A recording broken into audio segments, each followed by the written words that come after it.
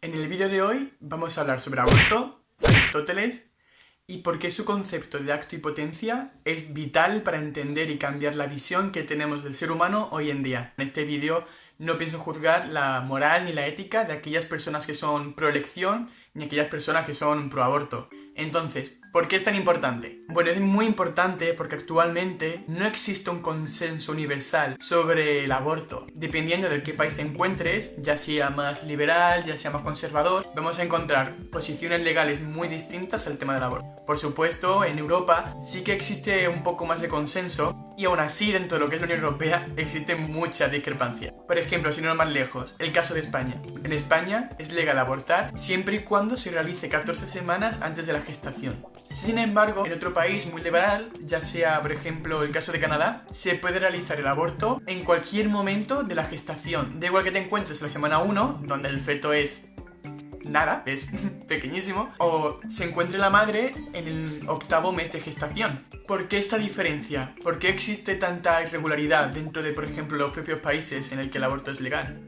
Claro, esto sin tener en cuenta que existen muchos países en el que el aborto es ilegal, o conlleva pena de cárcel, o incluso se puede realizar solo en aquellos casos en el que la vida de la madre se encuentra en riesgo. Es muy controversial, principalmente, entre varios motivos, porque no existe un consenso sobre en qué momento de la gestación del feto el feto se considera ser humano o no. No se puede decir en España, legalmente hablando, que el feto sea un ser humano hasta que no pasa la 14ª semana de gestación. Aquí es donde entra Aristóteles. Para introducir la interpretación de Aristóteles, primero debemos ir un poco atrás en el tiempo, al Parménides.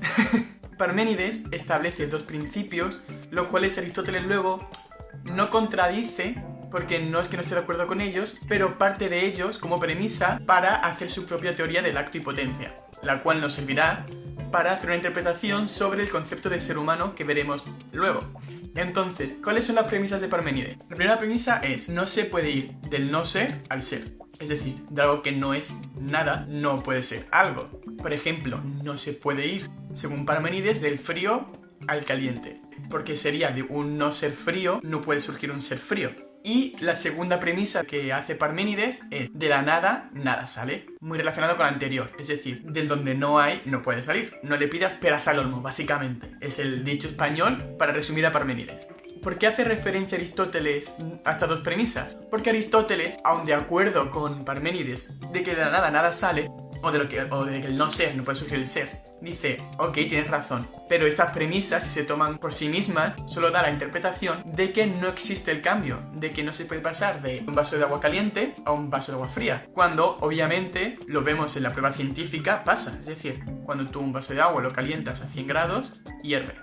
O cuando metes un vaso de agua en un congelador, se congela. Por lo cual, sí que hay cambio. Sin embargo, no son del todo incorrectas, porque a pesar de que tenga razón de que el no ser no puede surgir el ser, Aristóteles dice: el error no consta en su premisa, sino en que en ningún momento el cambio se da del no ser al ser, sino de un ser en acto a un ser en potencia. Dos tipos de seres que, aun siendo seres en sí mismos, son distintos. Vale, esto suena como un quebradero de cabeza total, lo sé, soy consciente de ello.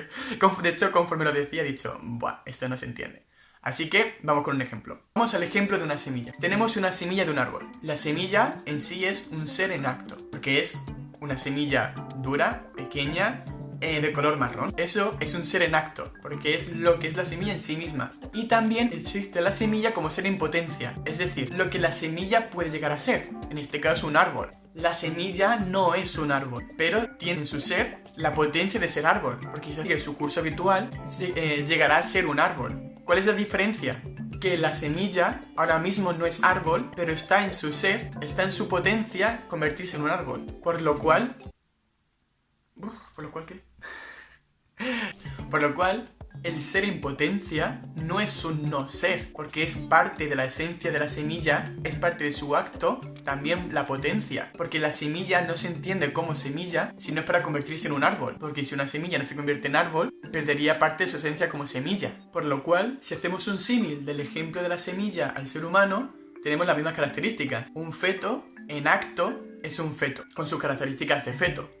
Pero ese feto en potencia siempre es un ser humano, porque si a ese feto le dejamos gestionarse durante sus 9 meses de crecimiento, llega a convertirse en un bebé, lo cual ese feto tiene en su potencia la capacidad de ser un ser humano. Ahora la pregunta es, ¿se puede entender un feto sin su potencia de ser humano? Ante esto, mucha gente argumenta que la potencia no es real. La potencia es algo, como su propio nombre indica, potencia, algo que no es ahora mismo. Y en cierta parte tienen razón, es decir, la potencia no es un acto, no es lo que es ahora mismo. Sin embargo, es mucho más real que un no absoluto. Es decir, un bebé jamás podremos decir que es un pájaro. De hecho, el ser en potencia es algo intermedio entre el ser en acto, que sería el ser actual, y el no ser. Y además, hay un factor que debemos tener en cuenta, y es que... Joder, acabo de leer, coño. Lo que lleva el acto a la potencia es la actualización. Es decir, el progreso que hay entre un ser en acto y un ser en potencia es la constante actualización del ser en acto. El feto, conforme van pasando los segundos, está más cerca de pasar a ser su acto en potencia, convirtiendo la potencia en el acto. Es decir, cada segundo que pasa, el feto está más cercano a su potencia y más lejano a su acto, por lo cual hace de este ser en acto algo mucho más real que no ser absoluto, y que conforma al ser en potencia en parte de la esencia del ser. Esto está sonando muy complejo y quiero que suene lo más entendible posible, ¿ok?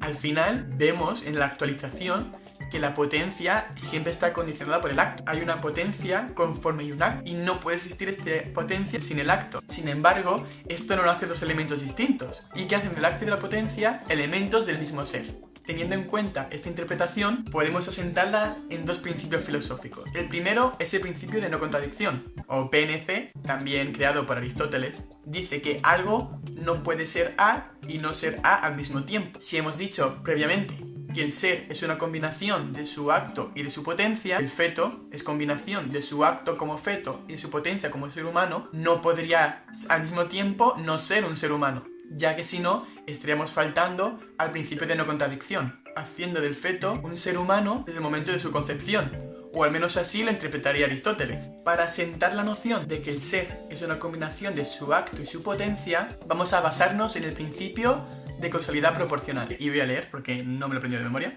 que cualquier aspecto en el efecto tiene que estar en la causa. ¿Qué quiere decir? Que cualquier aspecto que encontremos en el efecto que produce algo debe encontrarse también en el origen de este efecto.